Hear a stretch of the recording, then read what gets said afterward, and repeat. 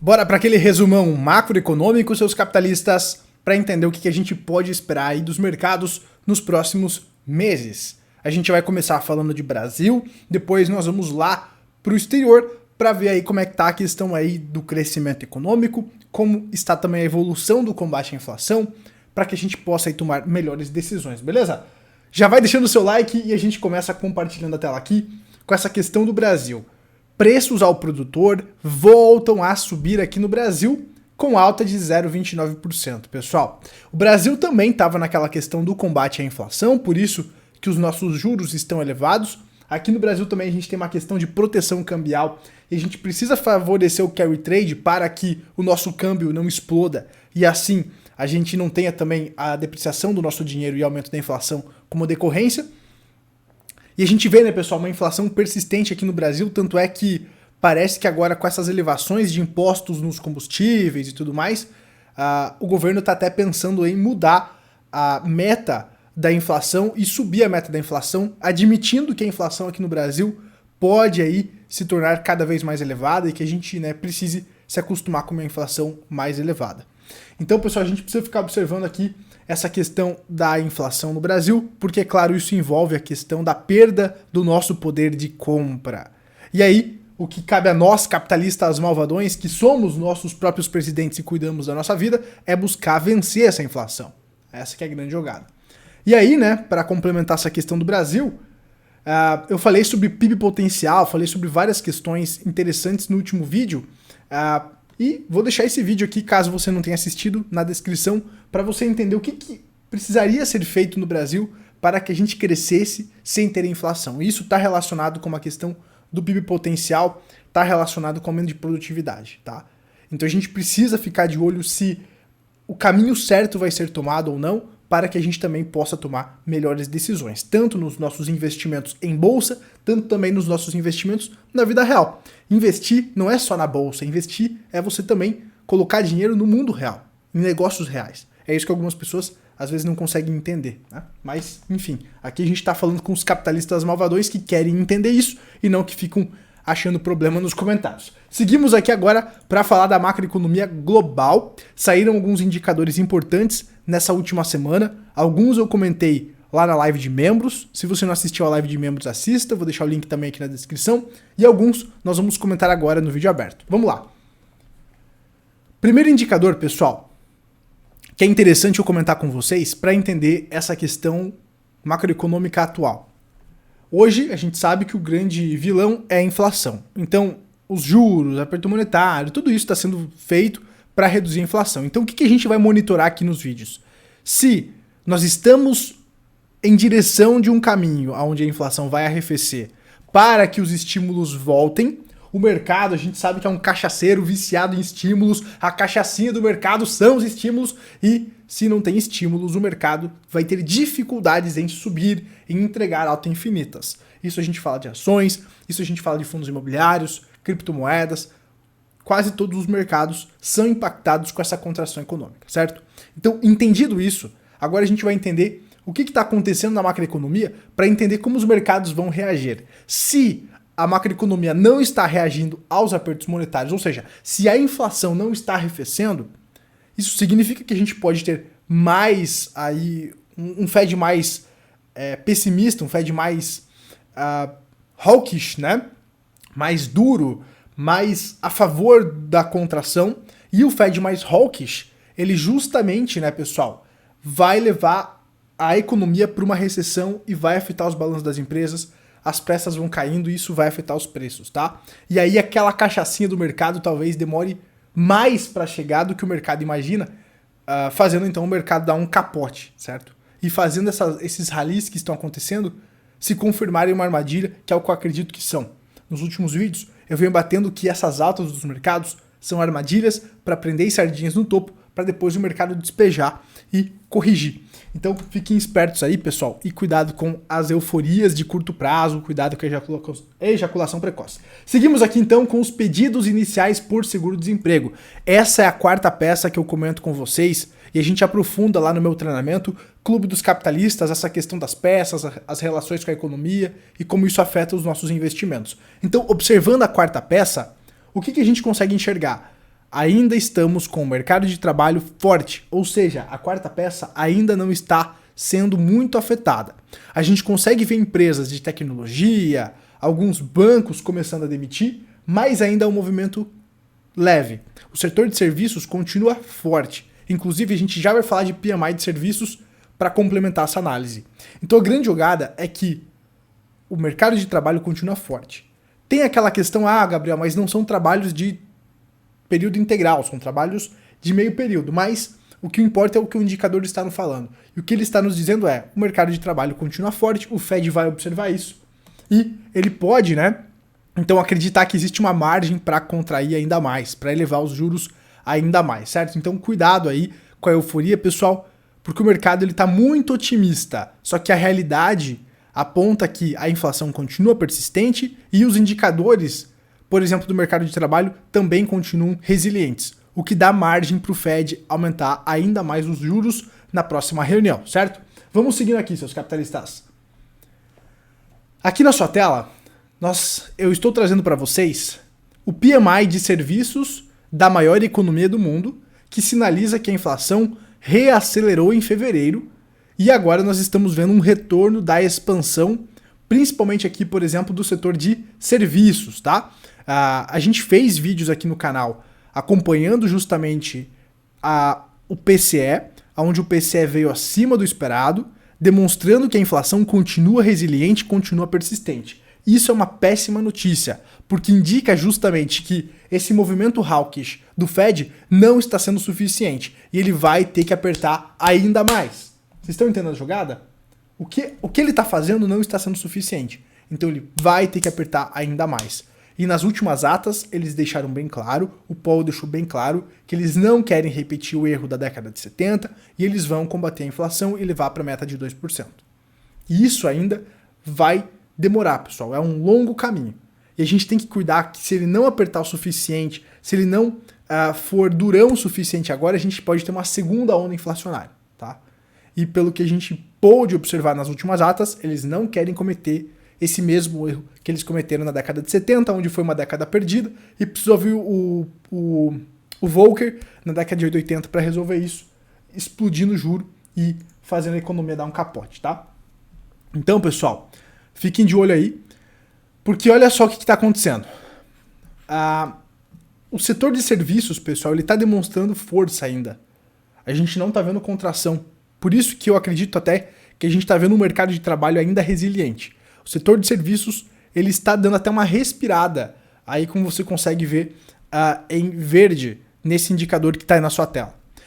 Com isso, pessoal, a gente observa, por exemplo, o indicador do Citi Economic Surprise, a surpresa da expectativa que o Citi tinha explodindo, ou seja, o Citi, ele que é um grande banco, ele acreditava talvez que a gente estaria entrando numa contração agora, que a inflação iria arrefecer, e aí, claro, esperando justamente a volta dos estímulos. Só que quando a gente tem o índice surprise, o Citi Economic Surprise, disparando, indicando que o mercado não esperava esse movimento, ou seja, um movimento indo contra a expectativa do mercado, e nós estamos observando um movimento de inflação resiliente e de uma economia ainda forte que pode impulsionar o aumento da inflação, então isso pode jogar um balde de água fria nos mercados que estavam otimistas e agora fazer com que as projeções do mercado, que a gente está vendo que elas estão indo contra, elas estão indo num caminho contrário, agora elas podem ser revisadas para baixo. Ou seja, o mercado está surpreso, o indicador do Citi aponta que o mercado ficou surpreso com os últimos dados.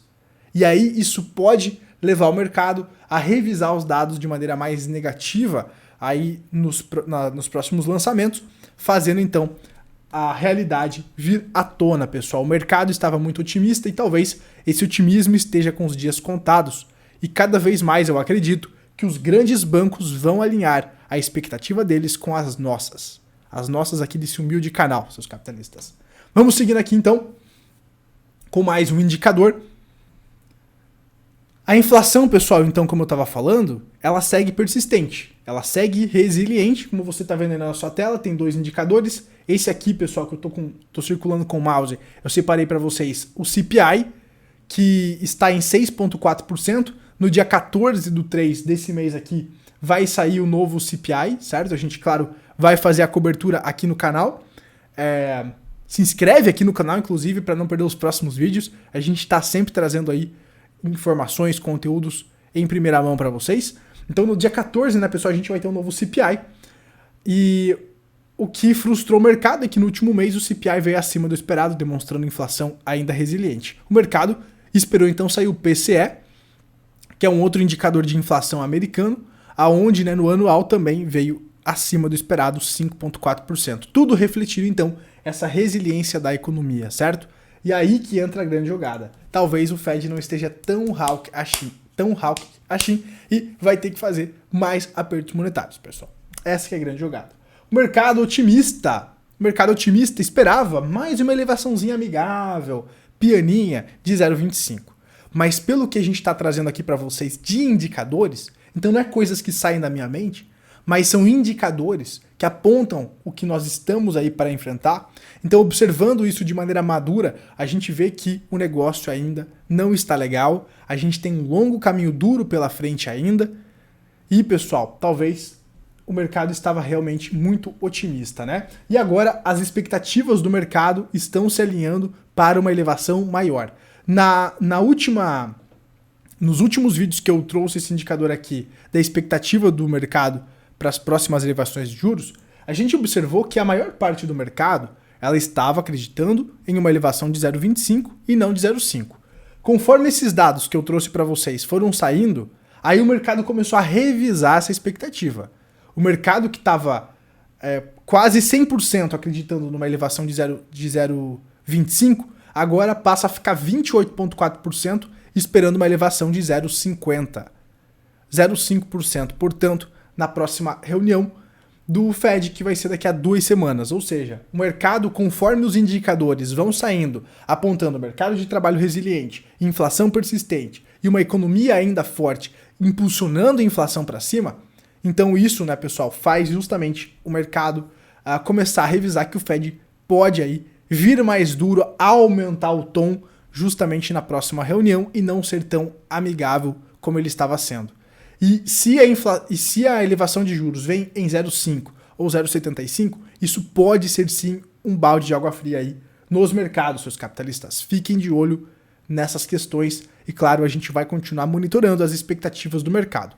Por enquanto, o mercado ainda tem uma expectativa de 71,6% de uma elevação de 0,25. Isso aqui é o que é negociado nos mercados, né, dos contratos das taxas, tá, pessoal? Então, observando o que o mercado está especulando nos contratos das taxas, a gente vê que o mercado então teria uma expectativa de mais de 70% de uma elevação de 0,25.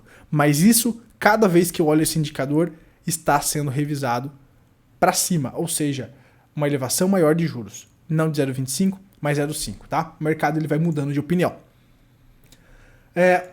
Ontem, né, pessoal, saíram 2 vídeos. Um a gente falou de Brasil, né, que a gente comentou no início do vídeo, que eu recomendo que vocês assistam. E o outro a gente falou sobre a macro, tá? Sobre as criptos que deram uma corrigida e também sobre a Europa. Assistam esse vídeo e vejam o que eu falei sobre o risco vindo da Europa, pessoal. A recompra de ações está caindo tanto nos Estados Unidos e na Europa por conta aí da redução justamente dos lucros.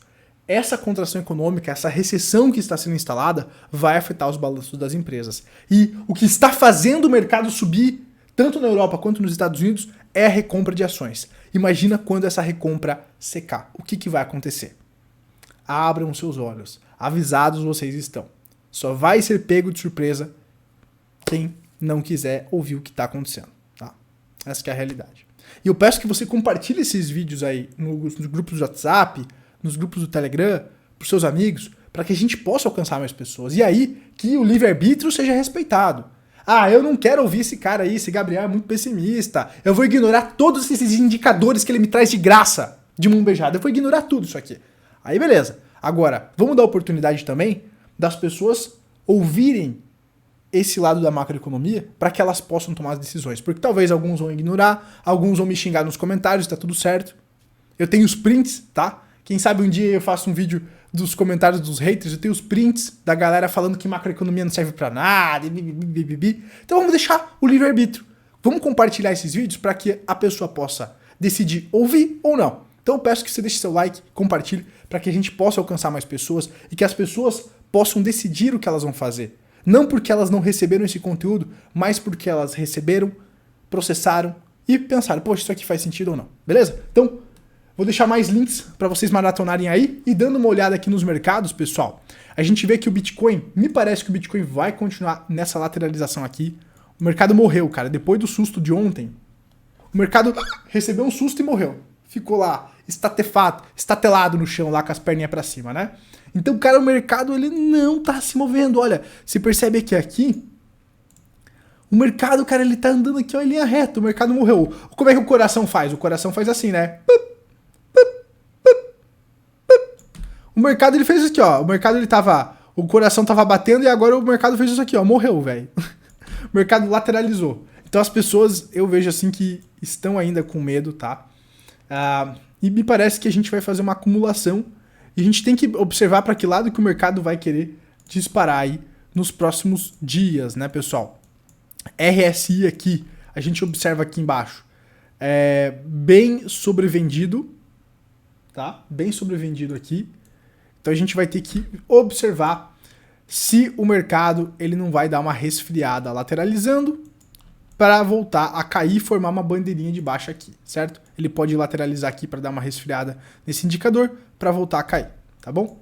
Ou, né, simplesmente pode voltar aqui a testar essas regiões de resistência para depois voltar a cair. Eu ainda tenho uma visão pessimista para os próximos meses por conta justamente da macro, beleza? Mas o que eu queria trazer para vocês aqui não era o Bitcoin.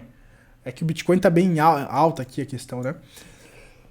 Mas é a questão dos juros, pessoal. Ó, dólar index em alta, indicando que o dinheiro está voltando para o dólar, certo?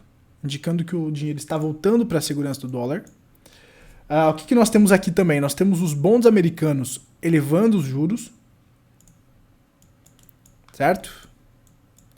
O bond aqui de 1 ano pagando 4,79, 10 anos, cara, tava pagando 4%, agora 3,95%.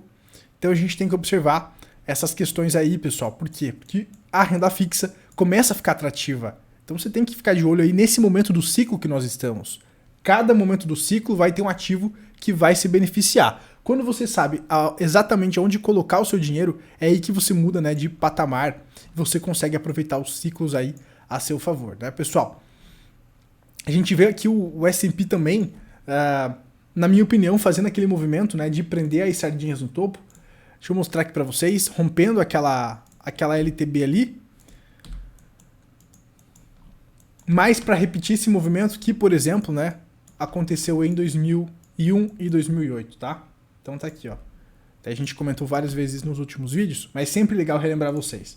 Em 2001, lá na bolha das .com, o mercado estava numa tendência de baixa, como a gente está fazendo agora. Ele rompe aqui para dar uma falsa expectativa no mercado, rompe a LTB e depois despenca, né, pessoal? Então eu acredito que a gente vai repetir algo parecido aí nos próximos meses, né?